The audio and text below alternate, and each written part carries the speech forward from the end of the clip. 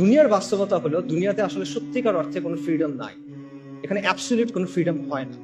প্রত্যেকটা ব্যবস্থায় আপনার কারো না কারো আনুগত্য স্বীকার করে নিতে হয়।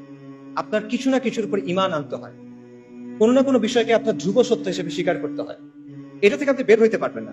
ভ্যালু নিউট্রাল কোনো সিস্টেম হয় না, নিরপেক্ষ কোনো সিস্টেম হয় না। প্রত্যেকটা সিস্টেমের মধ্যে একটা না একটা রব থাকে যেটাকে মেনে নিতে হয়। ফ্রিডম অফ স্পিচের কথা বলে, অ্যাবসলিউট ফ্রিডম অফ স্পিচ বলে কিছু নাই, অ্যাবসলিউট স্বাধীনতা বলে কোনো কিছু নাই।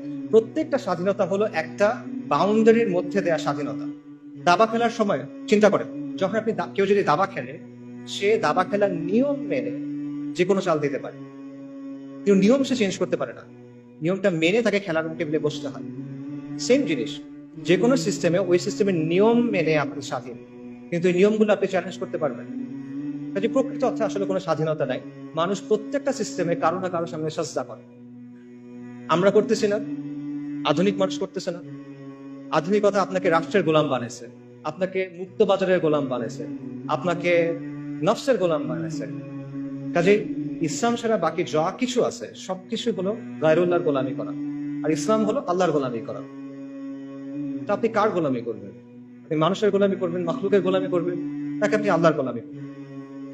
সত্যিকারের মুক্তি হলো গায়রুল্লাহর ইবাদত থেকে বের হয়ে এসে এক আল্লাহর দাসত্ব মেনে নেওয়া। যখন আপনি এটা করবেন, তখন আমরা মানুষ হিসেবে আমাদের যে কসমিক রোল, আমাদের যে মহাজাগতিক ভূমিকা আল্লাহ আমাদের জন্য ঠিক করে দিয়েছেন খলিফা হিসেবে, তখন সেটা আমরা পালন করতে পারবো। তখন আমরা পুরো সৃষ্টির সাথে হারমোনিতে আসতে পারবো। আধুনিকতা প্রকৃতিকে ডমিনেট করতে চায়, কন্ট্রোল করতে চায়। এটা করতে গিয়ে সে ক্লাইমেট ক্যাটাস্ট্রফি করে ফেলছেন। কিন্তু আপনি যখন আল্লাহর দাসত্ব মেনে নেবেন, তখন আপনি এটার সাথে হারমোনিতে আসতে পারবেন। এখানেই আপনি প্রকৃত মুক্তি পাবেন। এটা ছাড়া সত্যিকার অর্থে কোনো স্বাধীনতা নাই।